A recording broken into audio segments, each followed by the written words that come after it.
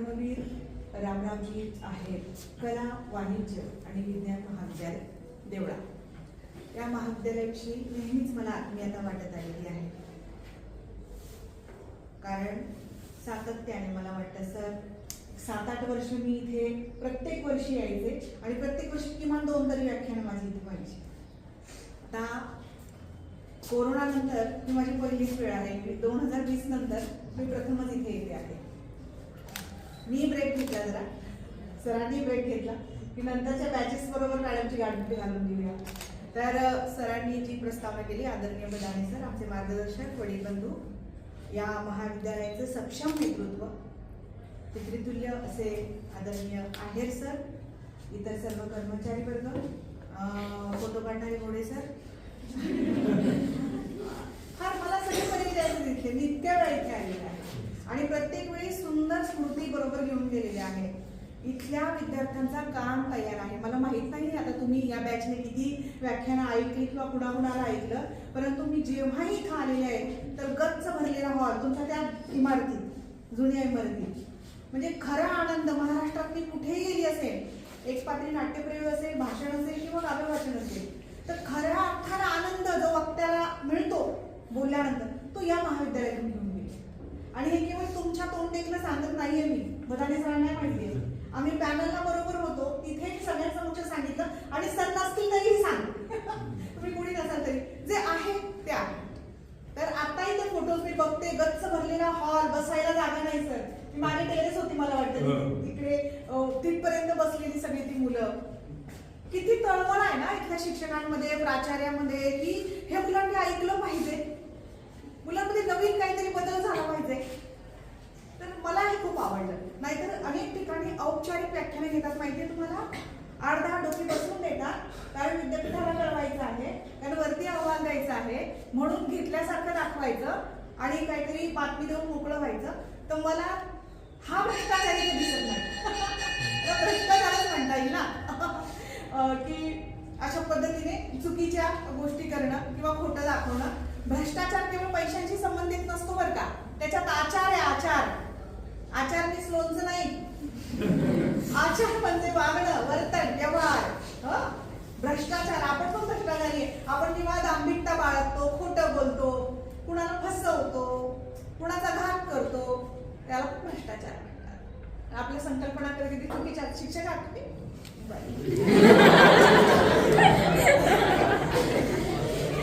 Complement आहे त्यांच्यासाठी, ते छोटे दिसतात. बर, तर हे बघा, मी सर खरंच कृतज्ञता व्यक्त करते बदाने सर, आदरणीय बदाने सर. सुरुवातीला वक्ता म्हणून आहे सर मी माहिती होण्यासाठी मी कॉलेज म्हणून आलेली. प्रत्येक वेळी ते माणसं ओळखतात, ते माणसं वाचतात, ते बरोबर. हा अनुभव तुम्हाला आलाच असेल एवढ्या वर्षात. आणि खरंच माझा पाय जर भक्कम केला असेल ना तर या कॉलेजने केलेला आहे सर. सुरुवातीला खूप वेळा मला संधी दिली आणि मग सुरुवातीची जी थरथर होती, पायांमध्ये लटपट होती, ती जरा स्थिर होत होती. माझे पाय पण स्थिर होत गेले, वाणी स्थिर होत गेली. जे आहे ते प्रामाणिकपणे सांगितलं पाहिजे, बोललं पाहिजे, नाही तर मग मी भ्रष्टाचारी इकडे.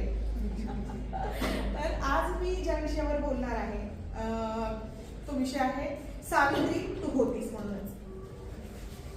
हे कथाकथन आहे. हे बघा, सावित्रीबाई ढोबळमानाने तुम्हाला सावित्रीबाईंचं कार्य, कर्तृत्व, सारा प्रवास माहिती आहे. तुम्हाला काय माहिती आहे सावित्रीबाईंबद्दल? काय माहिती आहे सांगा. प्रत्येकाने एक एक मुद्दा सांगितला ना तरी आपल्याकडे खूप माहिती जमा होईल. आणि जे माहिती नाहीये ते मी सांगायला आलेलीच आहे. काय माहिती आहे सावित्रीबाईंबद्दल? त्यांच्याकडे आमचं शिक्षण चालू झालं, मुलींचं शिक्षण. अगदी बरोबर. काय केलं त्यांनी त्याच्यासाठी?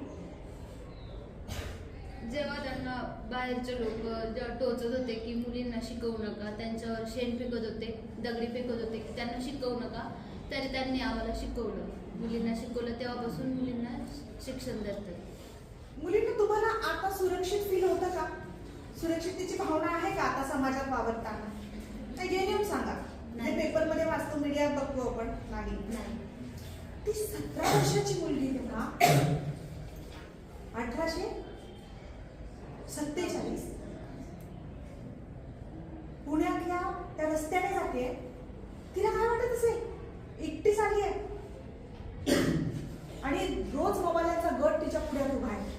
नवीन अडचणी निर्माण करण्यासाठी.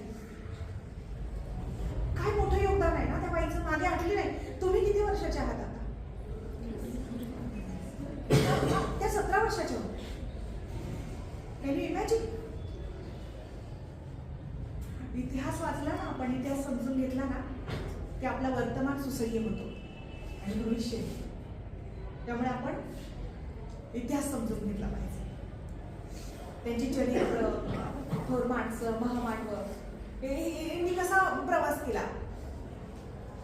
म्हणजे ही जी काही आपण आनंदाने आज चांगली फळं खातोय गोड, त्याच्यासाठी कितीतरी लोकांनी त्याग केलेला आहे, बलिदान केलेलं आहे. इतकं सहजासहजी घडलेलं नाहीये ते. आता तुमच्या स्मार्टफोनवर किंवा कम्प्युटरवर तुम्ही एक क्लिक करता आणि जगातली सगळी माहिती तुमच्या पुढे सेवेसाठी हजर होते. तसं काही तेव्हा नव्हतं ना हो. ते पहिलेच होते. सगळं काम करणारे ते पहिले होते. मग वही वाट पडली, त्यांनी वाट निर्माण केली आणि मग वही वाट पडत गेली. साधी गोष्ट. आता मी एकटी बोलणार नाहीये, तुमच्याकडून नाही मला अपेक्षित आहे. एक वेळ होता मी धाडाधाडा बोलून निघून जायचे, पण आता माझ्या अपेक्षा बदललेल्या आहेत.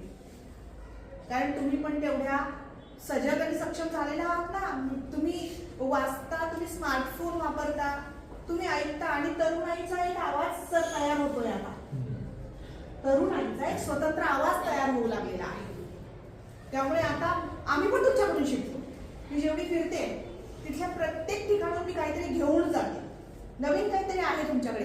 फक्त तुम्ही काय करा, मनातली भीती काढून टाका, संकोच काढून टाका, बोलायला शिका. मला मुकी मुलं आवडतच नाही. माझ्या प्रथम वर्षाच्या वर्गात जाते तेव्हा म्हणजे मुख्या मुली मला आवडत नाही. तास संपल्यावर एकमेकीच्या नावाने कशा आरमाळ्या ठेवता का तुम्ही? आणि एखादी गोष्ट विचारलं मत आणि भूमिका तर सांगता येत नाही तुम्हाला. एक साधी गोष्ट, प्रथम वर्षाचा जेव्हा प्रवेश होता तेव्हा पहिले 2 तास तर आम्ही परिचयच घेतो, ओळख करेल. काय तुझं नाव काय, गाव काय, तुझा छंद काय, तुला पुढे जाऊन काय व्हायचंय. तर खूपदा असा अनुभव येतो की मी विचारते त्या मुलींना, दाजऱ्या बुजऱ्या छोट्याशा गावावरून आलेल्या असतात कुठल्या तरी, त्या वरही पाहिला नाही म्हणतात. अशा वेळेला मी तिला उभी करते जागेवर आणि सगळ्यांनी एकत्र म्हणते. तर स्टेज चांगली असते एफवायची, 100च्या आसपास मुलं उपस्थित असतात. तर मग त्यांच्यात एक उभी करते आणि सांगते, सांग नाव काय. कसं तरी संकोचत नाव सांगते, मग गाव सांगते, मग सांग छंद काय. तर फार आठवून सांगते काहीतरी. कारण असं कोणीतरी तुम्हाला कधी विचारलेलंच नसतं ना.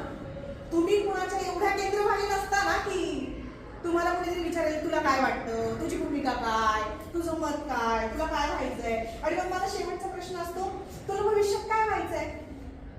ते म्हणते, अरे बाप रे, तुला काहीतरी व्हायचं पण आहे का. तोपर्यंत तिने विचारच केलेला नसतो मला काहीतरी व्हायचंय. आता मॅडम विचारतायत आपल्याला काहीतरी व्हावं लागेल, आता पुरतं तरी व्हावं लागेल.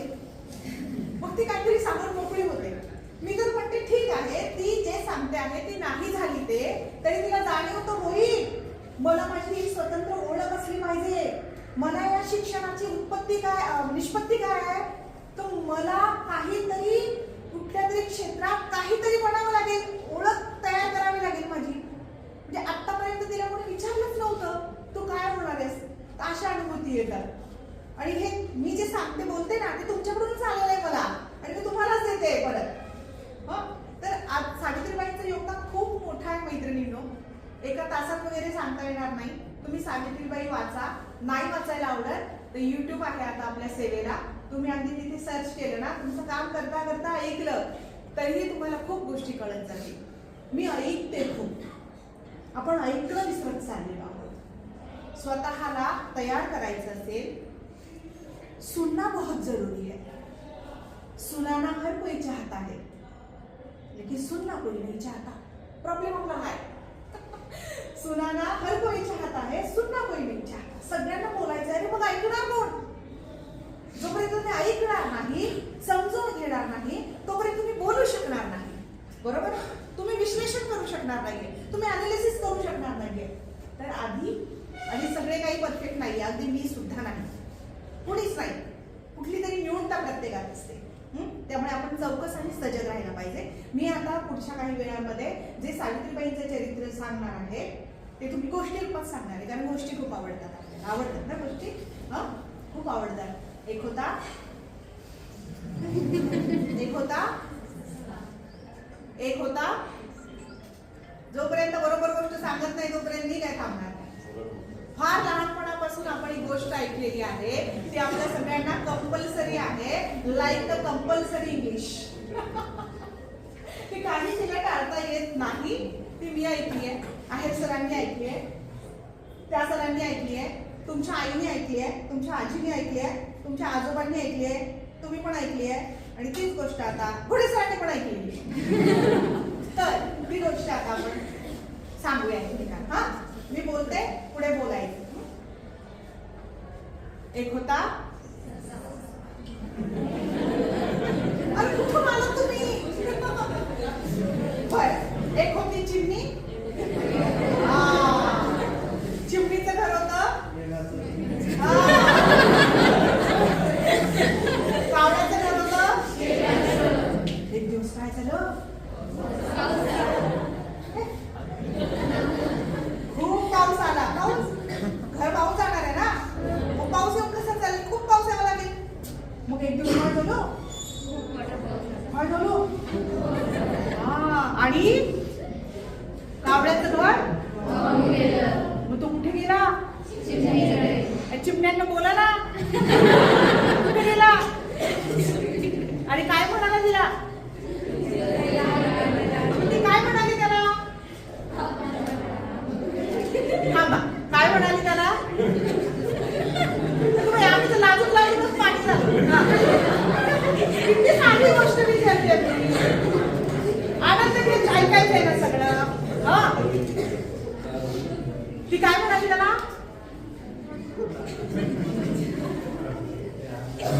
काय म्हणाली, हा माझ्या बाळाला अंघोळ घालते, आणि मग वगैरे वगैरे वगैरे. पुढचं काय मी तुम्हाला सांगणार नाही. किती हसू आलं चेहऱ्यावर, अरे किती स्मृती जागृत झाल्या आमच्या. लई भारी टाईप वगैरे वाटलं आम्हाला, काहीतरी परिचयाचं. मॅडम आज 8 डिसेंबरला येणार आहेत आणि ही गोष्ट पाठ घेणार आहेत, म्हणून तुम्ही रोज रिव्हिजन करत होतात का? अजिबात नाही. ती आपसूक आली, आतून आली. मी फक्त म्हणले एक होता, आणि मग तुम्ही ती सुरू केली. गोष्टीचं आणि आपल्या घेण्यात आहे. गोष्ट ऐकायला आपल्याला आवडते. बघ आता मी सावित्रीबाईंची गोष्टच सांगणार आहे. ही कावळा चिमणीची गोष्ट जशी डोक्यात आहे तुमच्या, तशी सावित्रीबाईंची गोष्ट डोक्यात ठेवायची आणि इतरांना सांगायची बरं का. संसर्ग चांगल्या विचारांचा झाला पाहिजे, पण साला वाईट विचारांचाच होतो, कोरोनाचा होतो. तर आता मी सावित्रीबाईंची गोष्ट सांगते. तत्पूर्वी सावित्रीबाईंना अभिवादन करताना माझी एक कविता तुमच्या पुढे ठेवते. सावित्री तू होतीस म्हणूनच, सावित्री तू होतीस म्हणूनच स्त्रीची चूल आणि मूल ही चौकट मोडली. सावित्री तू होतीस म्हणूनच प्रथांची ही प्रेत तू जमिनीत गाडलीस. सावित्री तू होतीस म्हणूनच स्त्रीची चूल आणि मूल ही चौकट मोडली. सावित्री तू होतीस म्हणूनच प्रथांची ही प्रेत तू जमिनीत गाडलीस. सावित्री तू होतीस म्हणूनच, सावित्री तू होतीस म्हणूनच स्त्रीने प्रत्येक लढाई आजपर्यंत जिंकली. आणि सावित्री तू होतीस म्हणूनच शिक्षणाची दारं खुली झाली. दगड होतो की आपण, सांगा ना, कोण विचारत होतो आपल्याला, होतो कुठल्या मतप्रक्रियेत होतो आपण, निर्णय प्रक्रियेत होतो. तर सावित्री तू होतीस म्हणूनच स्त्रीने प्रत्येक लढाई आजपर्यंत जिंकली. आणि सावित्री तू होतीस म्हणूनच शिक्षणाची दारं खुली झाली. सावित्री किती अन काय ती रूप वर्णावी तुझी, सावित्री किती अन काय ती रूपी वर्णावी तुझी. तू असं अनंतात म्हणून हृदयांतरी प्रतिमा तुझी. सावित्री तू दिसतेस मला, सावित्री तू दिसतेस मला माझ्या मनाच्या नभात. सावित्री तू भासतेस मला एक मंगल प्रभात. सावित्री तूच दामिनी, सावित्री तूच दामिनी, तूच स्वामिनी, तूच कांतान, तूच मानिनी, माऊली तूच पडकरी वाटणी. पार तंत्र्यातील स्वातंत्र्यवादिनी, पार तंत्र्यातील स्वातंत्र्यवादिनी. सावित्रीबाईंनी खरं मोकळा श्वास घ्यायला ही संधी दिली, म्हणून त्यांना आपण स्वातंत्र्यवादिनी म्हणतो. तर सावित्रीबाईंचा जन्म झाला 3 जानेवारी 1847 मध्ये खंडोजी पाटलांच्या नायगावी, सातारा जिल्ह्यात खंडोजी पाटलांच्या घरी. खंडोजी पाटील त्यांचे बाबा, त्यांचे वडील, पिता. खंडोजी पाटील किती प्रगत विचारांचे होते की लेक जन्माला आली, नक्षत्रासारखी गोरी पान पोर जन्माला आली आणि तिचं नाव ठेवलं सावित्री. तिला साऊ म्हणायचे लाडाने, प्रेमाने. आणि पोर जन्माला आली ना तर खंडोजी पाटलांनी गावभर साखर वाटली. आता काय करता हो पोर जन्माला आल्यावर? आधीच गर्भलिंग निदान, स्त्री भ्रूण हत्या होतात आपल्याकडे, किती प्रमाण वाढलं होतं. पोरी पोटातच मारल्या जात होत्या, पोरींचं प्रमाण कमी होत होतं. खंडोजी पाटलांनी पोरीच्या जन्माचा आनंद साजरा केला आणि गावभर साखर वाटली. हळूहळू सावित्री मोठी होऊ लागली. सावित्री लाडाची पोर. आमराईत गेली एकदा, खेळता खेळता सगळे सवंगडी तिच्या समवेत. आणि त्या आमराईत गेल्यानंतर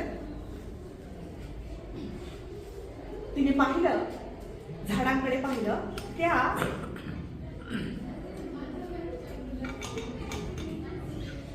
त्या झाडांवर एक घरटं होतं आणि त्या घरट्यात पांढरी शुभ्र पिल्लं होती, पांढरी शुभ्र अंडी होती.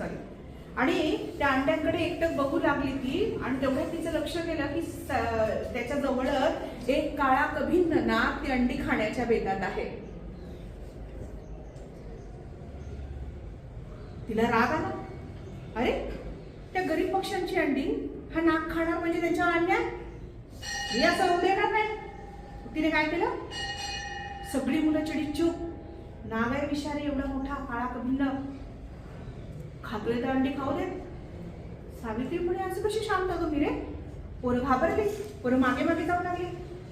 त्या छोट्याशा साऊनं एक दगड उचलला, अनुकुचीदार दगड उचलला, अगदी नेम धरून त्या नागाला मारला. नाग सळसळ करत खाली आला, तिच्या दिशेने येऊ लागला. जवळच एक लाकडाचा दांडा पडला होता, तो दांडा तिनं उचलला आणि त्या नागावरती धनाधन सपासप वार करू लागली. आणि वार करताना काय म्हणत होती माहितीये? ती म्हणत होती, गरीब पक्ष्यांची अंडी खातेस होय, खाशील परत सोकावलास. आणि इतके दनादन वार तिने त्याच्यावर केले की तो गतप्राण होऊन पडलेला तरी तिला त्याचं भान राहिलं नाही. एरवी पोरांनी धूम ठोकली गावाकडे आणि गावाकडे येऊन सांगितलं की सावित्रीला नाग चावला असेल म्हणून. इकडे सगळा गाव आला, सगळ्या मुलांचे आई वडील, त्यात खंडोजी पाटील पण होते, सावित्रीचे वडील. आणि त्यांनी येऊन पाहिलं तर काय, परकराचा ओझा असा खोचलेला, केस विखुरलेले, डोळ्यात नाग आणि हातात लाकडाचा दांडा आणि पायाजवळ काय, नाग म्हणून पडले. अरे बापरे, त्या काळात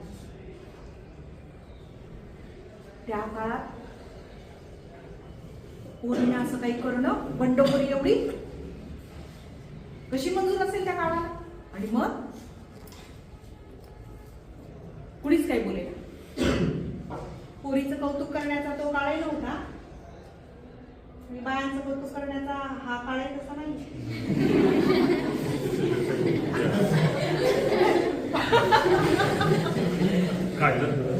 आपल्याकडे ना ते सगळे नाहीये, सन्माननीय अपवाद आहेत. आपल्याकडे पुरुष प्रधान संस्कृतीचा इतका जबरदस्त पकडायचा तो आपल्याला मान्य करावा.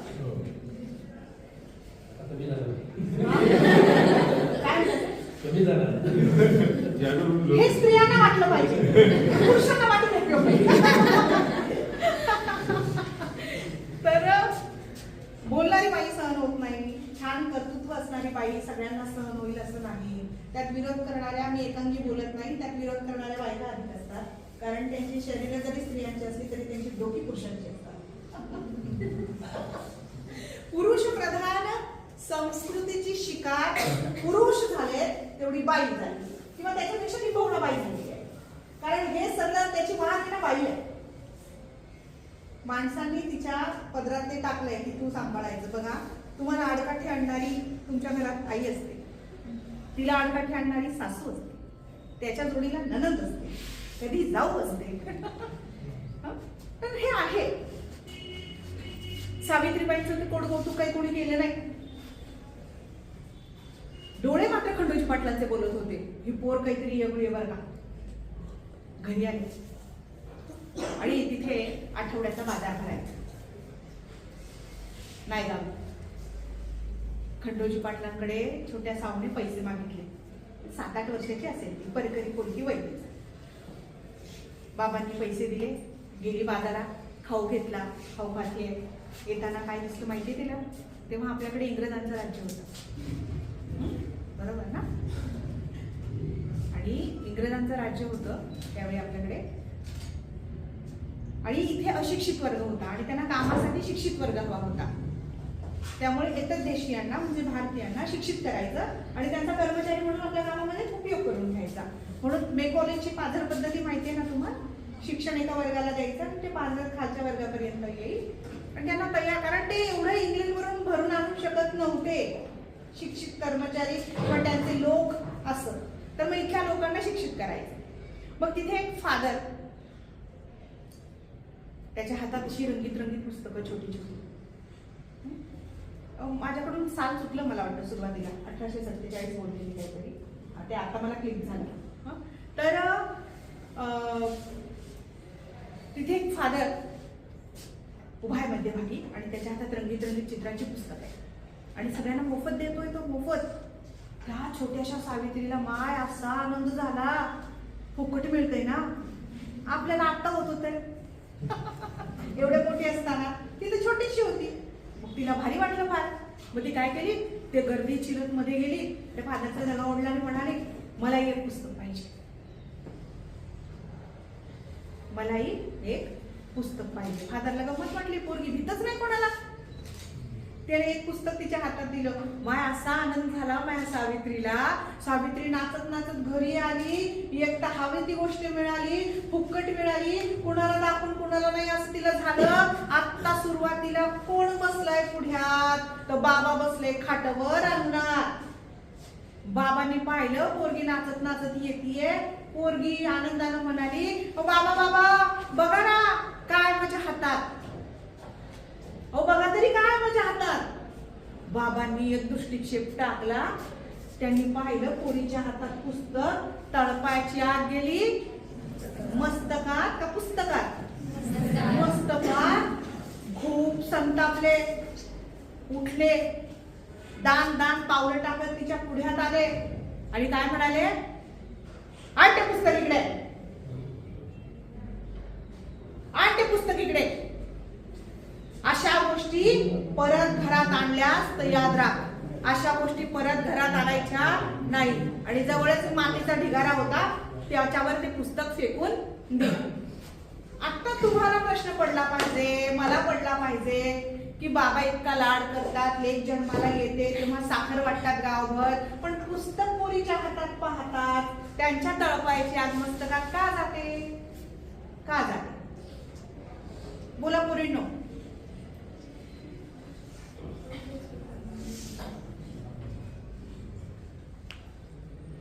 लाडाची लेक आहे ना इतकी, खाऊ देतात तिला, खाऊला पैसे देतात सॉरी तिला, त्याच्यानंतर लाड करतात तिचा, प्रचंड प्रेम करतात तिच्यावर. आणि एवढ्या लाडक्या लेकीच्या हाती पुस्तक बघितल्यावर हा पुन्हा त्याच्यात एक प्रश्न निर्माण होतो बाळा, चूल आणि मूल बाईच्याच वाट्याला का होतं? मी म्हटलं ना, आपला इतिहास जाणून घेतल्याशिवाय आपण वर्तमानात पाय घट्ट करून उभे राहू शकत नाही. आपण कुठून आलोय ना आपला प्रवास कुठे झाला पाहिजे हे आपल्याला माहित पाहिजे. बाईला शिक्षण नव्हतं, बरोबर? का नव्हतं? कसली भीती होती का त्यांना? कुणाला? पुरुषांना. बाई शिकली तर काही घडेल अघटित असं काही वाटत होतं का? वाटत असावं का? वाटत असावं? तुम्हाला काय वाटतं? आम्हाला तर आता पण वाटतं मला मॅडम, बाई शिकली तर असं काय करता? बसच्या मागे लिहिलेलं असतं, मुलगी शिकली प्रगती झाली. बोला.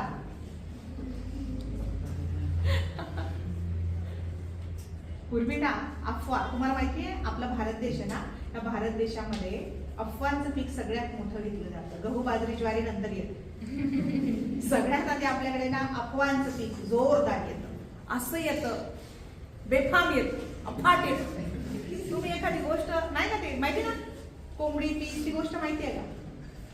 ब्राह्मणाच्या तोंडात कोंबडीचं पीस गेलं, पीस त्याने स्वतःला शुद्ध करून घेतलं. मग त्याच्यानंतर कोणीतरी म्हणतं की शेवटी ती गोष्ट अशी पसरत जाते की शेवटी असं सांगतो माणूस की आपली कोंबडीच खाल्ली नाही. हळूहळू त्या पिसाचा लेग पीस होतो, मग मटण होतं, मग शेवटी म्हणजे आपली कोंबडी खाल्ली. आपल्याकडे अफवा अशा जातात.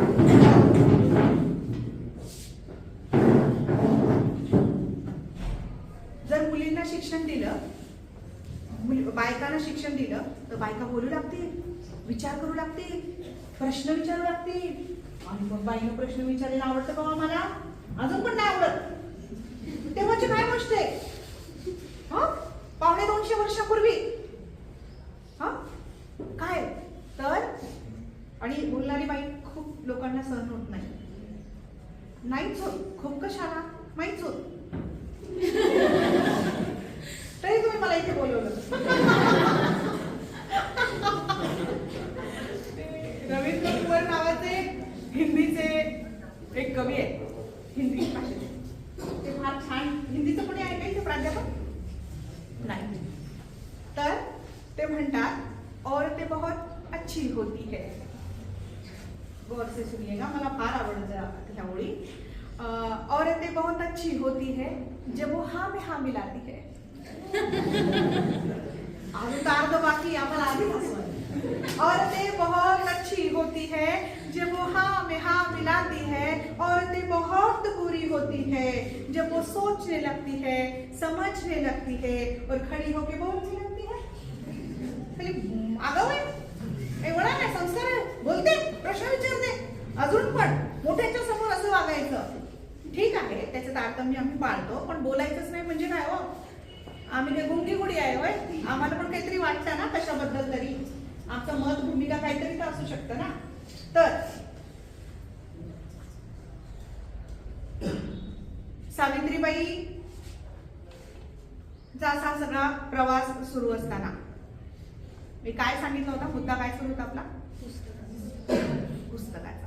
लक्ष द्या बरं का. तर तिचा त्या पुस्तकावर जीवापाड प्रेम. ते पुस्तक तिला कोणत्या परिस्थितीत हवं आहे. आणि बाबा म्हटले पुस्तकाला हात लावायचे आणि परत अशा गोष्टी आणायच्या. सावित्रीबाईचे डोळे डबडबले. अरे इतकी छान गोष्ट मला आवडते ती, मला फक्त काय करायचंय, चाळायची आहे, तिचा सुगंध घ्यायचा आहे. नवीन पुस्तकाचा छान वास येतो ना, तुम्हाला आवडतो ना, तिलाही आवडतो. त्या कव्हरवरून, गुळगुळीत कव्हरवरून हात फिरवायचा आहे. फील करणं म्हणतात त्याला, जाणवणं, ते आपण. पण मला हा काळ काय परवानगीच देत नाही ते करण्याची. आणि त्यात अजून एक आवई अशी उठवली होती, जी बाई शिकेल, तिचा नवरा जेव्हा जेवेल तेव्हा त्याच्या ताटात अळ्या वळवळते. आता असं कुठे होतं बाई? आमच्या नवर व्यवस्थित जेवतायत. आम्ही शिकलो. तुमच्या बायका पण आमच्या शिक्षित आहेत. किती चुकीच्या गोष्टी ना. आणि हो ठीक आहे, कोणी काही बोलू दे, समाजाला ते पटायचं हे फार वाईट. ते दुर्दैव आहे की समाज कोणती खातरजमा न करता त्या गोष्टींवर विश्वास ठेवायचा. आताही थोड्याफार प्रमाणात ते होत. तर सावित्रीबाई खूप रडल्या. छोटीशी साऊ खूप रडली, ओरडली, भेकली. पण तिचेच वडील ते काय तिला पुस्तक मिळणार नव्हतं. ती तिच्या खोलीत गेली. मध्ये मुख्य दरवाजा लागला. सगळे जेवले, झोपी गेले. छोटी साऊ त्या दिवशी जेवली नाही. इमोशनल ब्लॅकमेलिंग तुम्ही करतात.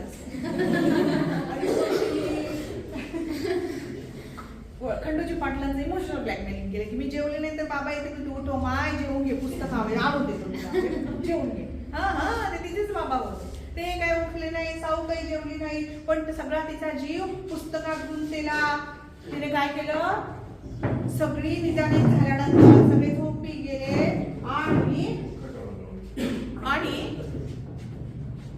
ती उठली, घराचा मुख्य दरवाजा उघडला, बाहेर अंगणात आली. अंगणातून त्या मातीच्या ढिगाऱ्याकडे गेली. तिथून पुस्तक उचललं, आपल्या परकराच्या ओच्यात लपवलं आणि ते घरात येऊन एका आडगडीत सुरळी करून लपवून ठेवलं. ते लपवून ठेवलं. येता जाता पाहिजे त्या पुस्तकाकडे. पण त्या काळाने काही तिला परवानगी दिली नव्हती की पुस्तक हातात घेऊन तू बघशील वगैरे. आता खंडोजी पाटलांना वाटलं पोर मोठी होते, तिचं लग्न करून दिलं पाहिजे. पुस्तकं आणू लागली, काय करते अगटी. मग 8 वर्षाच्या साऊचं गोविंदराव भोरेंच्या मुलाबरोबर लग्न ठरलं. 12 वर्षाचं ज्योतिबा आणि 8 वर्षाची साऊ. लग्न झालं. छान सुंदरचा शालू नेसली होती छोटीशी साऊ. आणि सासरे निघाली.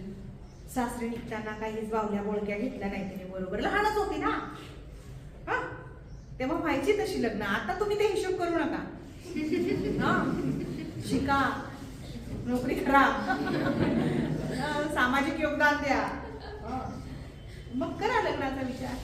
तर सावित्री सासरी निघाली आणि परतीच्या त्या शालूच्या पदराच्या कोपऱ्यात काय घेतलं तिनं? पुस्तकाचं. तिचं काय नातं असेल एवढं आकर्षण? काहीच नाही घेतलं. त्या आडगळीतून पुस्तक काढलं आणि पदराच्या कोपऱ्यात लपवलं. सासरी आली. सासरी येऊन नव्या नवरीनं काय शोधलं असेल? काय शोधलं असेल? अडगोळ. आम्हा बायकांचं सारं आयुष्य आडगळीत गेलं बाबा. जिकडं ते तिकडं जे होतं तेच इकडं. पळसाला पानं घरोघरी. आडगळ ते आडगळ. पुस्तकाचा प्रवास. इथे येऊन आडगळ शोधली. आडगळी सुरळी करून ते पुस्तक ठेवलं आणि येता जाता त्या पुस्तकाकडे सातत्याने पाहायची. परंतु इथंही तीच परिस्थिती होती. काय करणार? मला ते पुस्तक घ्यायचं एकदा हातात. पुस्तक हातात घेण्याची परवानगी नाही. ते नाही. एकदा काय झालं?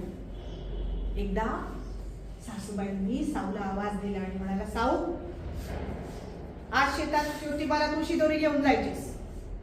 अगं माय, असा आनंद झाला साऊला. ती पहिली सुना असेल सर. सासूनं काम सांगितलं ना, आनंद झाला. आणि मग असा आनंद झाला, खूप आनंद झाला. आणि मग काय करणार? सासूबाई बाहेर गेल्या कामासाठी. हिनं एक टोपलं घेतलं.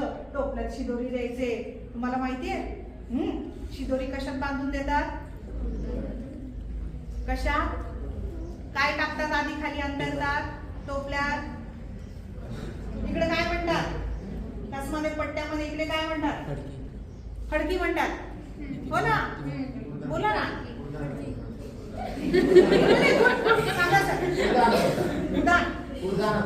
उडदान. हा नाही, मला नवीन शब्द कळाला बरं.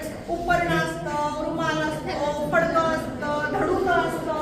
म्हणजे हा आता तिथं पुढे आलोय आपण. पुढे आलो.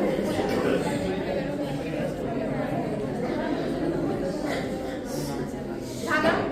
कोणाकडे काय म्हणतात सांगितलं सगळ्या एकमेकीला? हा फक्त निमित्त पाहिजे. कुडदान म्हणाले सर. एक नवीन शब्द. तुम्ही पुढच्या व्याख्यानात कुडधान. मी आता हा शब्द पुढच्या व्याख्यानात ऍड करून सांगेल. मी सगळं सांगते. फडकी, दडूक, रुमाल, उपरणं, तर कुडधान. ओके. या इथे एवढ्या पट्ट्यात सर. तर त्या कुडधानाला फार छान सुगंध येतो सर. लोणच्याचा, कालवणाचा, चटणीचा, ताकाचा येतो की नाही? किती धुवा. ते रितेश देशमुख म्हणतो ना, सर्फ लावून धुवून टाक, तरी पण वाचा. हा असा. मग तसं तिने ते तो रुमाल अंतरला. भाकरी टाकली त्याच्यावर. त्यात भाजी, भाकरी. त्या भाकरीवर पुस्तक ठेवलं. पुस्तकावर वरती भाकरी ठेवली. मी पण मला गपचूप आणि मग काय केलं? त्या रुमालाचे चारही कोपरे करकचून बांधले. शिदोरी डोक्यावर घेतली आणि शेताकडे चालायला लागली. शेताकडे चालायला लागली. शेत जसं जवळ येऊ लागलं तशा तिच्या काळजाचा डोका धाड धाड वाजू लागला. बाई, ते पुस्तक कुठून आणलंय आणि ते कुठं चाललंय आणि आता त्याचं काय होईल? हा मग तिथे शेतात पोहोचली. ज्योतिबाची काय प्रतिक्रिया असेल? ज्योतिबा शिक्षणप्रेमी होते, पण त्या बायको शिकलेली त्यांना आवडणार होती का हे तर बायकोला माहित नव्हतं. मग तिथे गेली आणि शिदोरी खाली ठेवली, वाढायला सुरुवात केली, भाकरी भाजी वाढली. ज्योतिबा आले हात धुवून. ज्योतिबा पहिला घास घेणार, तेवढ्यात तिनं काढलं ना काही पुस्तक बाहेर. त्याला काय हसवायले?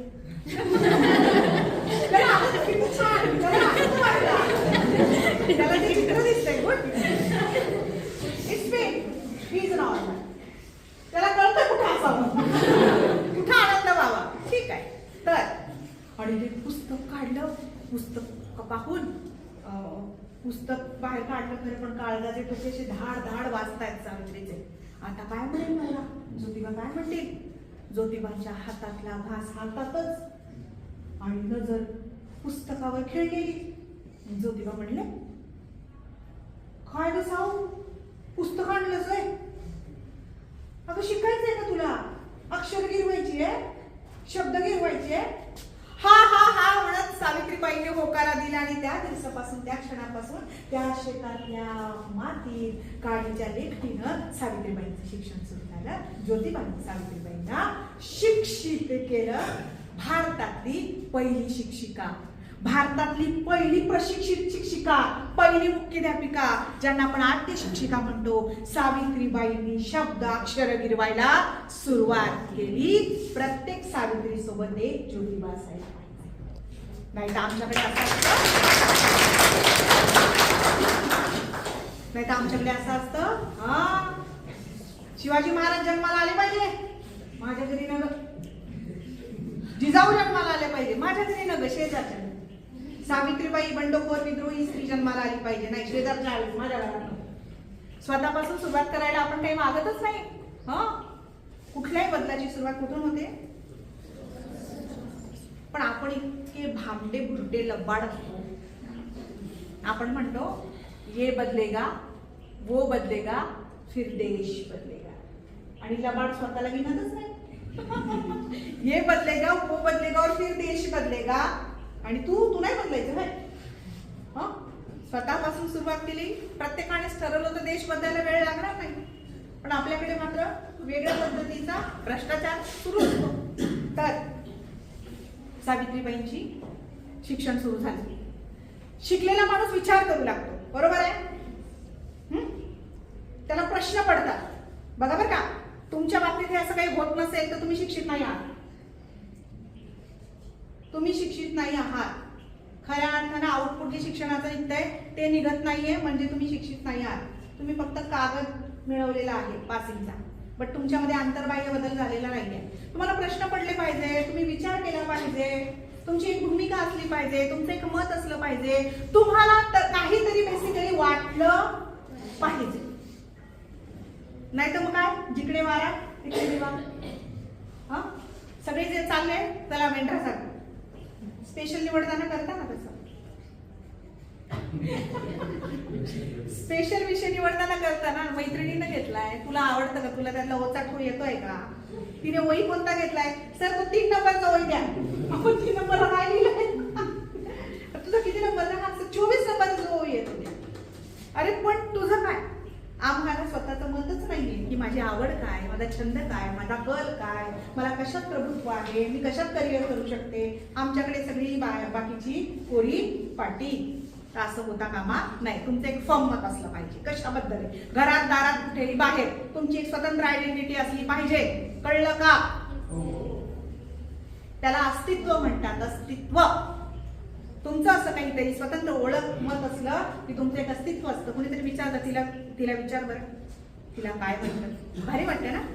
जर त्या मुलीला विचारलं तुला काय व्हायचंय, अरे अशा गरम वाफाच गेल्यासारखीच्या काय, मला काय व्हायचंय, मला माहितीच नाही मला काय व्हायचंय, मला काहीतरी व्हावं लागेल. आणि मग तिचं ते विचारचक्र सुरू झालं. आलं लक्षात? आणि मग पुढच्या मुली सांगत झाल्या की मॅडम हे विचारते म्हटलं खरंच माझा कल कुठे, मला काहीतरी व्हावं लागेल, मग काय व्हायचंय, मला काय व्हायला आवडेल मला. आलं लक्षात? या पद्धतीने सावित्रीबाई विचार करू लागल्या. सावित्रीबाईंना प्रश्न पडला, तो त्यांनी ज्योतिबांना विचारला की शेठजी, त्या शेठजी म्हणायच्या. आणि बघा त्यांचं प्रेम आणि जे सहजीवन होतं ना वैवाहिक, ते फार सुंदर होतं, नितांत सुंदर होतं. ज्योतिबांना त्या शेठजी म्हणायच्या आणि ज्योतिबा त्यांना बाई म्हणायचे, अहो जाऊ. आणि ज्योतिबांना त्या म्हणाल्या, शेठजी मी शिकले, अक्षर गिरवायला लागले, वाचायला लागले, पण माझ्या माय बहिणी खोल खोल अंधाराच्या गर्तेत गुहेत कित्येक युगानुयुग चिचत पडले, त्यांना अक्षर गिरवायला कोण शिकवणार? बघा बघा, तुमच्यापेक्षा लहान होत्या त्यामध्ये, त्यांना हा प्रश्न पडला. तर ज्योतिबा आणि सावित्रीबाईंनी 1848 मध्ये पुण्यातल्या भिडेवाड्यामध्ये 1 जानेवारी 1848 पहिली मुलींची शाळा काढली. साधी गोष्ट नाहीये, मी एका सेकंदात सांगितले, पण ते तसं झालेलं नाहीये. तुम्ही कुठे कुठे गेलाय ते फिरायला आतापर्यंत? कुठे कुठे गेलात फिरायला? सहली कुठे कुठे गेलाय? बोला, पटपट बोला, बोला. मुरुड, जंजिरा, शिवनेरी, दिल्ली, गुजरात, तुम्हाला एकालाही वाटू नये आपण भिडेवाड्यात जावं म्हणून भिडेवाड्यात. तू गेलता? कोण गेलता? तू गेलता? कोण गेलत? सहल भिडेवाडा दाखवला, किती छान. केव्हा बघितला? 8वीला असताना. आता तिथे राष्ट्रीय स्मारक होतं. खूप दिवस तो कोर्ट प्रकरण चाललं. भिडेवाडा ज्या पायऱ्यांना सावित्रीबाईंचे पाय लागलेत, ज्योतिबांचे, फातिमाबींचे आणि लहुजी वस्तादांचे पाय लागलेत कधीतरी.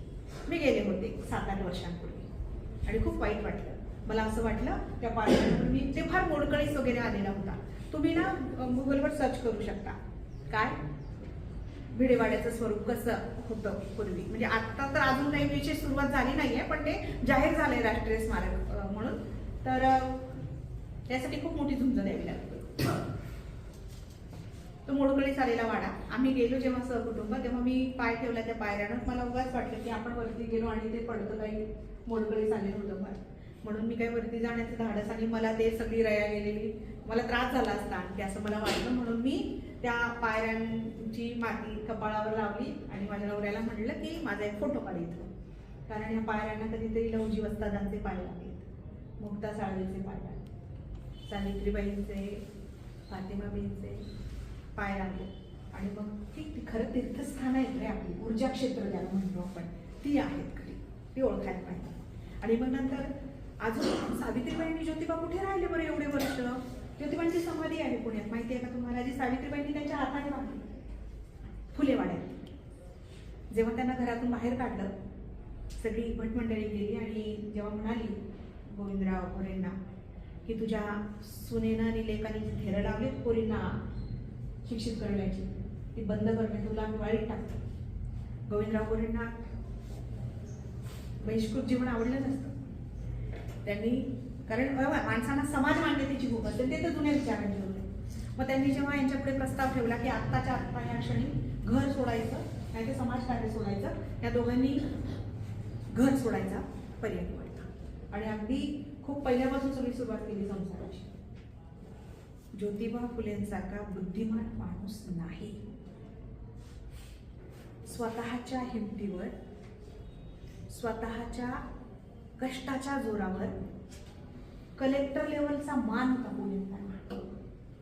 1 नंबरचे इंजिनियर होते पुण्यातले. त्यांनी बांधलेले वास्तू पूल अजून पुण्यात आहे. ते कोणतेच शोधा, मी सगळंच ऐकत सांगत नाही. फुलेवाड्यात गेलो आम्ही गंजपेठेत. जेव्हा गोविंदराव गोरेंनी त्यांना बाहेर जायला सांगितलं, तेव्हा उस्मान शेखने त्यांना निवारा दिला. त्यांचा फुलेवाडा गंजपेठेत आहे पुण्यात. तिथे गेल्यानंतर फुलेवाडा जो सावित्रीबाईंनी शेणाने स्वतःच्या हाताने कोणतरी लागला, सुस्थितीत आहे. कधी गेला तर जा, फक्त सोमवारी जाऊ नका, सोमवारी सुट्टी असते, तिथे बंद असतं ते. तर मला वाटतं नामदार भुजबळ साहेब जेव्हा उपमुख्यमंत्री होते त्या काळामध्ये खूप मोठ्या अर्ध पुतळे बसवलेले आहेत दोघांचे, ज्योतिबांचे आणि सावित्रीबाईंचे. ते तुम्हाला फुलेवाडा जरी सर्च केला गुगलवर, मला माहित नाही तुम्ही काय सर्च करता गुगलवर, तू रडू नको. तर त्याला कळलं की झालं गुगलवर सर्च करता. तुम्ही काय सर्च करता मला माहित नाही. तुम्ही ह्या गोष्टी सर्च करायला पाहिजे. तर फुलेवाडा आहे आणि फुलेवाड्याच्या मध्ये विहीर आहे. ज्यांनी इतिहास लिहिला बोलायचं तो इतका चुकीचा लिहिला, खोटा मुद्दा म्हणून लिहिला की असं म्हटलं जातं की जे आहे खरं आहे पण त्यात एक गोष्ट चुकीची ती मी तुम्हाला करेक्ट करून सांगते. ती पण मला खूप ज्येष्ठ माणसांनी सांगितलेली आहे. मी जिथे जाते तिथे सांगते की असं आहे उल्लेख इतिहासात की अस्पृश्यांसाठी त्यांनी आपल्या घरातला पाण्याचा हौद, तिथं हौद हा प्रकारच नाहीये, हौद नाही बघा. म्हणजे तेही कशी किंचित जातपात मानत होते हे दाखवण्याचा इतिहास लिहिणाऱ्या त्या विशिष्ट वर्गातल्या लोकांनी प्रयत्न केला. तिथे विहीर आहे, ज्या विहिरीवरचं पाणी ते स्वतः वापरायचे सगळ्या गोष्टींना, जेवणासाठी सुद्धा, स्वयंपाकासाठी विहीर आहे आणि सुस्थितीत आहे विहीर. हा विहीर आहे, आड आहे आणि तो आड मोकळा करून दिला होता. मग तुम्ही म्हणाल मॅडम हौद आणि आडात काय फरक आहे, तुम्ही काहीतरी तर डिफरन्स आहे ना, सांगा बरं. मग का बरं असा बुद्धिभेद करण्याचा प्रयत्न केला गेला असेल? हौद काय गोष्ट आहे? विहिरीचं पाणी साठवण्यासाठी. हा विहिरीचं पाणी म्हणजे ज्योतिबांनी विहिरीला हात लावू दिला नाही होय, कळलं का? त्यांनी पण वरतून वाढलं पाणी. किती बारकावे असतात इतिहास लिहिताना वाचताना बघा. आणि नंतरच्या लोकांनी ते करेक्ट केलं की जाऊन पहा. मी हे एका व्याख्यानात हौदाचं सांगत होते. माझं व्याख्यान एका ज्येष्ठ व्यक्तीने ऐकलं जे चळवळीत होते पुण्यातले. त्यांनी माझा फोन नंबर शोधला आणि मला फोन केला. युट्यूबवर त्यांनी माझं व्याख्यान ऐकलं, त्यांनी मिळवला आणि त्यांनी मला सांगितलं. पहिला प्रश्न होता त्यांचा, तुमचं हे व्याख्यान ऐकलं, तुम्ही फुलेवाडा पाहिला आहे का? आलं लक्षात? सत्यशोधक सत्यशोधक समाजाची होती ज्योतिबा आणि आपण सत्यापर्यंत पोहोचलोच नाही. मी आपली म्हटली नाही. मग तुम्ही असं विधान कसं करता व्याख्यानामध्ये जाहीर की हौदातून पाणी दिलं अस्पृश्यांना म्हणून? म्हणलो मुद्दा आहे. मग गेलो ना फुलेवाड्याला, बघा बरं का. एक गोष्ट क्लिअर करण्यासाठी म्हणजे तुम्ही एकदा फुलेवाड्याला व्हिजिट देऊन या आणि मग मला फोन करा. मग आम्ही फुलेवाड्यात गेलो. फुलेवाड्यात विहीर आहे, हौदाचं नामोनिशाण. हौदात त्यांनी वरतून पाणी नाही मांडलं, ते अजिबातच जातपात मानत नव्हते, ते माणूस मानत होते, निर्मिक मानत होते. त्यांनी स्वतःच्या त्या फुलेवाड्यातला विहीर खुली करून दिली आहे. आणि मग मी ते करेक्ट केलं. काय असतं, आपण चूक असतो आणि समोरचा बरोबर असेल ना तर ते स्वीकारावं. आपल्यालाही त्रास होत नाही, आपण अचूक होत जातो, बरोबर आहे की नाही? ती गोष्ट मी स्वीकारली आणि मी ती सगळीकडे सांगते. आता मी या हॉलमध्ये बसलेल्या 100 लोकांना सांगितले, तुम्ही 100 लोक अजून 100 लोकांना सांगा. सलमान खान म्हणतो 3 लोगों को मदत करू. ही भाषा तुम्हाला लवकर कळते ना, आपण असो. मी तुला मदत केली, तू अजून 3 लोकांना मदत कर. ओके, तर तुम्ही आणखी 4 लोकांना सांगा. तर सावित्रीबाई आणि ज्योतिबा यांनी मुलींना शिकवण्याचं काम सुरू केलं. नजर सरळ, डोईवर पदर, काळजाशी पाठ्यपुस्तकं कवटाळल्याने रोज फुलेवाडा ते भिडेवाडा पायपीट करत सावित्रीबाई जाणार. तो रस्ता अंतर खूप आहे. हा आता कन्सिस्टंट झालंय, पुणे गर्दीचं झालंय, परंतु ते अंतर खूप आहे. आम्ही गेलो तिथून, किती अंतर जात असतील सावित्रीबाई चालत चालत. तर तिथे सावित्रीबाई असेच एके दिवशी निघाल्या शाळेत जायला आणि तिथे मवाल्यांचा गट उभा आहे. तर रोजच शेण मातीचा मारा त्या सहन करत होत्या, पण एके दिवशी मात्र एक मवाली त्यांच्या आमचटीला आला. ए बाई माग फिर. सावित्रीबाईंनी त्याच्याकडे ढुंकूने पाहिलं नाही. ए बाई माग फिर. माळ्याची पोर माझं ऐकत नाही म्हणजे काय? म्हणजे बघा, बहुजन वर्गातली त्यात बाई आपला ऐकत नाही म्हणजे बापरे, केवढं पुरुषार्थ दुखावला गेला नाही का तो पुरुषी अहंकार. ही बाई माझं ऐकत नाही म्हणजे काय? सावित्रीबाईंनी ढुंकून पाहिलं नाही. तो तिच्याकडे गेला, जवळ गेला, तिच्या समोर उभा राहिला आणि म्हणाला, बाई तिथंच थांब, पोरींना शिकवायला जाऊ नको, नाही तर भर रस्त्यात तुझी बेअब्रू करील. कोणती बाई आहे हो, कोणती स्त्री आहे? हे जे ऐकून घेईल. आणि तिथं सावित्री होती, तिला क्रांती ज्योती म्हणतात. क्रांती ज्योती इतका वेळ न थांबलेली सावित्री थांबली, जवळ कवटाळलेली पाटी पुस्तक बाजूला ठेवली, डोईवरचा पदर खाली आला, कमरेला खोचला, त्याच्या समोर जाऊन उभी राहिली, त्याच्या डोळ्यात डोळे घालून पाहू लागली, सनसनीत एक थोबाडीत दिली त्याची. आणि त्या स्थितीत पुण्यात सगळा हाहाकार, चर्चा सुरू झाली. एवढ्याशा पोरीने मवाल्याच्या कानफटात मारली. तशी गेली, पोरीनं शिकवलं, घरी आली, घरी स्मशान शांतता, कोणी तिच्याशी बोले ना, जसं काही तिने काय फार मोठा अपराध केलाय. बघा बरं का आपल्याकडे टेंडन्सी काय, विचार करण्याची पद्धत काय. शाबासकी अपेक्षित होती, तिथं तिला दुष्ण देऊ लागली. बाईच्या जातीला शोभतंय का, आणि कशाला पोरींना शिकवायचं, कशाला पाहिजे हा शहाणपणा, ठेविले आनंद ते तैसीची राहावी, ही आपली मानसिकता. म्हणजे ती वेगळ्या अंगाने बोलले अभंगामध्ये, पण आपण आपल्या सोयीने अर्थ काढतो सगळ्या गोष्टींचे. आणि सावित्रीबाईंशी कोणीच बोले ना, स्मशान शांतता. अशा वेळी एक हात त्यांच्या खांद्यावर आला. प्रचंड चलबिचल चाललेली आहे, प्रचंड अस्वस्थ आहे. मी काय चुकी केली वय?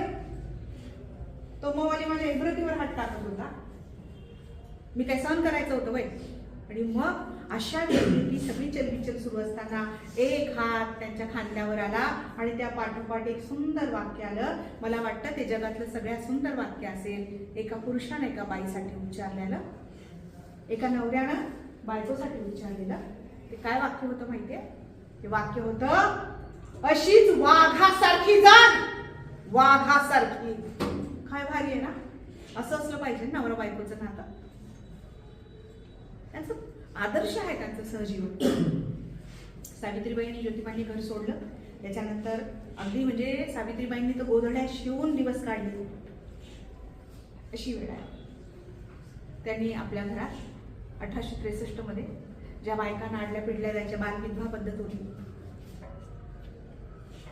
त्या बायका त्यांचं पाऊल वाकडं पडायचं किंवा कुणाकडून तरी उपभोग घेतला जायचा आणि त्याच्यातून त्या गर्भात राहिल्या तर त्या आत्महत्या करायच्या.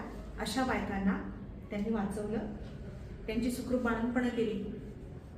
रात्री पहाटे अपरात्री कधी निघायचे कंदी घेऊन दोघं जण, की कुणी आत्महत्या करते, कुणी बाळ टाकले का कुठे. आणि ते लहान बाळं त्यांनी सांभाळली. यशवंता त्यातलाच एक. त्यांना स्वतःचं अपत्य नव्हतं. ज्योतिबांच्या घरचे खूप वेळा मागे लागले की दुसरं लग्न कर, दुसरं लग्न कर. पूर्वी असं होतं, पहिल्या बायकोला मुलबाळ झालं नाही तर दुसरं लग्न कर. म्हणजे हे लॉजिक कुठेच नव्हतं की दोष कोणात आहे, कोणामुळे होत नाही. साधी गोष्ट ज्योतिबांच्या पण मागे लागले होते की तुला मुलबाळ होत नाही. सावित्रीबाई ज्योतिबांना स्वतःचं अपत्य नव्हतं.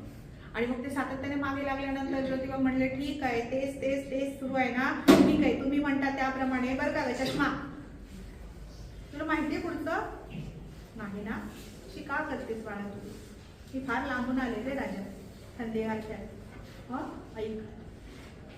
तर सावित्रीबाई आणि ज्योतिबांना स्वतःचं अपत्य नव्हतं. काशीबाई नावाची एक ब्राह्मण स्त्री जी मध्यरात्री आत्महत्या करणार होती, त्या बाईला यांनी घरी आणलं.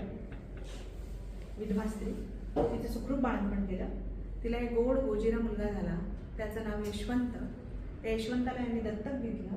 या यशवंताला शिकवून डॉक्टर केलं आणि त्याचा मिश्र विवाह लावून दिला. लक्ष्मी ससानीमधून मिश्र विवाह. सगळ्या प्रकारची विषमता नष्ट करायची असेल तर मिश्र विवाह ही काळाची गरज आहे, असं डॉक्टर बाबासाहेब आंबेडकर म्हणतात. डॉक्टर बाबासाहेब आंबेडकर महात्मा फुलेंना गुरु मानतात. गुरु शिष्यत्वाचं नातं आहे, समविचारी, तेच राष्ट्रीयपण, तोच मोठा विचार. तर त्यांनी यशवंताला दत्तक घेतलं आणि जेव्हा म्हणू लागले होते घरचे की दुसरं लग्न कर, तेव्हा ज्योतिबा चिडले आणि म्हणाले, ठीक आहे, तुम्ही म्हणतात दुसरं लग्न करतो, पण सगळ्यात आधी आमच्या दोघांचं मेडिकल चेकअप करून घेतो. ते फार पुढचे विचार होते त्यांचे दृष्टी होते. मी आधी दोघांचं मेडिकल चेकअप करून घेतो, जर दोष सावित्रीत असेल तर मी दुसरं लग्न करतो, आणि जर दोष माझ्यात असेल तर चांगला नवरदेव पाहून तिचं लग्न लावून देतो. घरच्यांना हे मान्य असेल का? त्या दिवसापासून घरचे काहीच म्हटले. याला म्हणतात नितांत प्रेम. नाही तर आता अलीकडे तू नाही तो कोई और सही, और नहीं तो कोई और सही, और नहीं तो कोई और सही. निष्ठा, बांधिलकी फार गरजेची असते प्रेमामध्ये, नात्यामध्ये. तर सावित्रीबाई आणि ज्योतिबांचा प्रवास हा आहे ना, तो खूप मोठा आहे. ज्योतिबा 1890 मध्ये पॅरालायसिसचा स्ट्रोक आला त्यांना, लकवा ज्याला म्हणतो आपण, आणि त्यात ते गेले. 1897 मध्ये पुण्यात प्लेगची खूप मोठी साथ आली.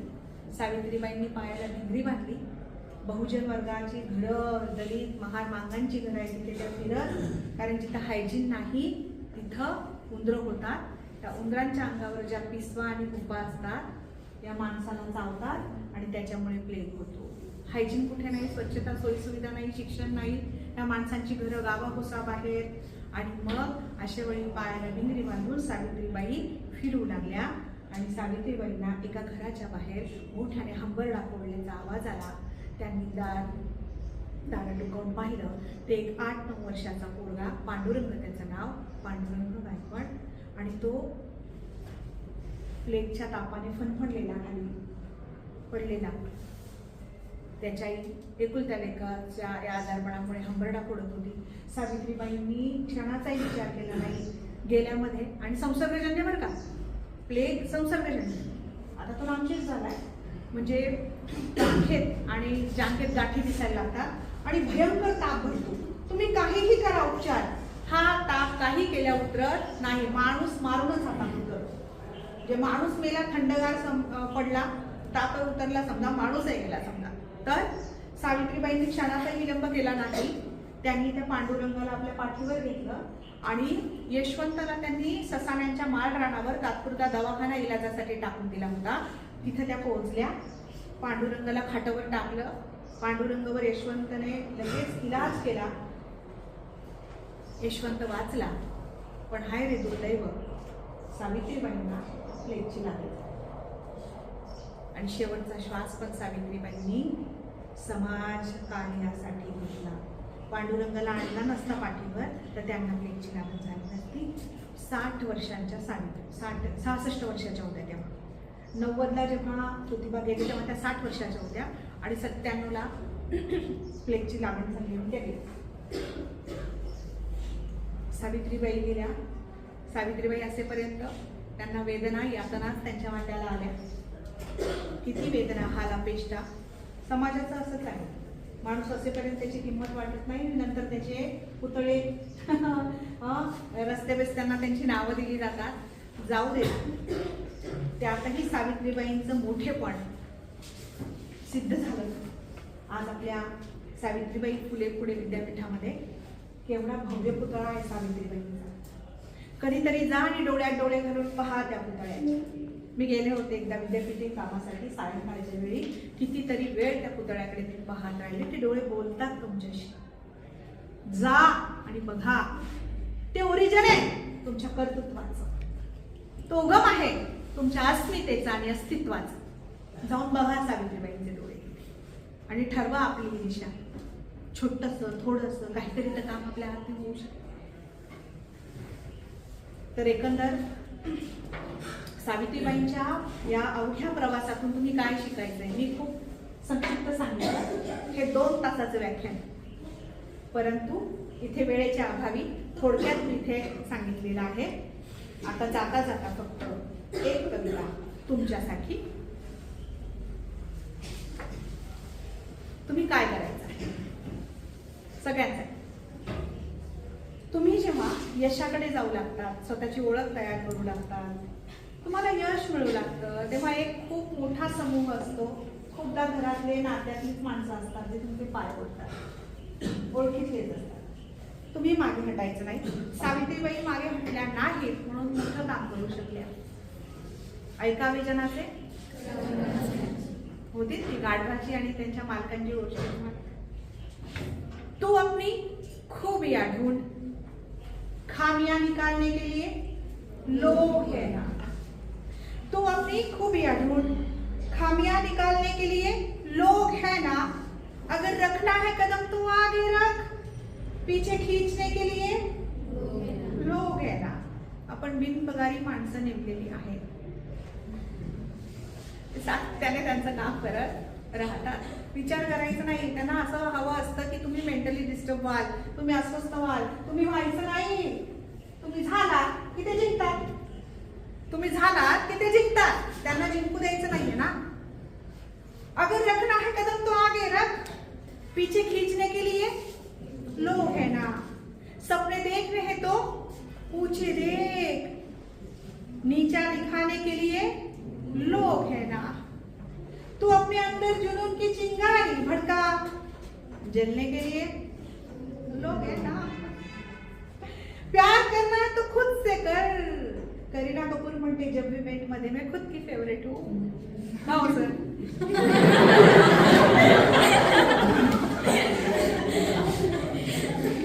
ती म्हणते ना, तुम्ही नाही पाहिला म्हणून ते मला सांगते. ती असं म्हणते प्यार करना है तो खुद से कर, नफरत करने के लिए लोग है ना. तू अपनी अलग पहचान बना. अशी तुम्ही उठूनच दिसला पाहिजे. चार जवळ असं काहीतरी स्किल असलं पाहिजे. दिसणं महत्वाचं नसतं.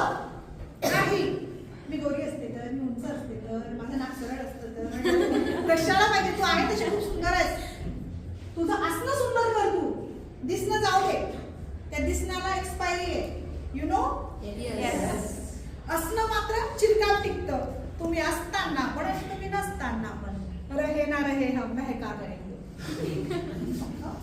तर तू अपनी अलग पहचान बना. भीड़ में चलने के लिए लोग है ना. मेंटर तिकडे, आपण मेंटर नाहीये. हा शेवट जोड.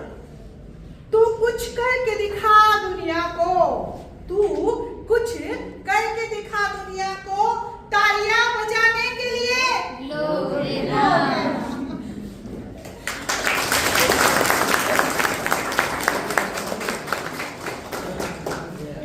मला आता बसावंच लागेल. ते माझ्या मागे उभे आम्हालासाठी. चला, तुमच्यासाठी. वैशाली शिक्षण मंडळ डॉक्टर बाबासाहेब जेकर व्याख्यानमाला आजचे पहिले पुष्प गुंफण्यासाठी लासलगाव महाविद्यालयातील डॉक्टर प्रतिभा जाधव मॅडम यांनी आपल्याला सावित्री पूर्ण जीवनपट आपल्याला त्यांच्या गोष्टीच्या रूपाने आपल्याला आपल्यापुढे मांडला. त्याबद्दल त्यांचे मी वैशाली शिक्षण मंडळाच्या वतीने आभार मानतो. आजच्या व्याख्यानमालेचे अध्यक्ष, महाविद्यालयाचे प्राचार्य तथा संस्थेचे अध्यक्ष डॉक्टर हितेंद्र राय सर, या कार्यक्रमाचे संयोजक व केंद्र कार्यवाह प्रोफेसर डॉक्टर जयवंत बलाने सर, IQACचे समन्वयक डॉक्टर संजय बनसोडे सर, प्रणयशास्त्री विभाग प्रमुख डॉक्टर विलास वावळे सर, त्याचबरोबर मॅडम यांच्यासोबत आलेले त्यांचे यजमान, त्यांचं देखील मी वैशाली शिक्षण केंद्राच्या वतीने आभार मानतो. माझे सर्व सहकारी आणि विद्यार्थी ज्यांच्यासाठी हा कार्यक्रम आयोजित केला असे सर्व तुम्ही उपस्थित राहिलात त्याबद्दल तुमचे देखील आभार. आणि अध्यक्षांच्या वतीने आपला हा उपक्रम संपला. तुम्ही जय.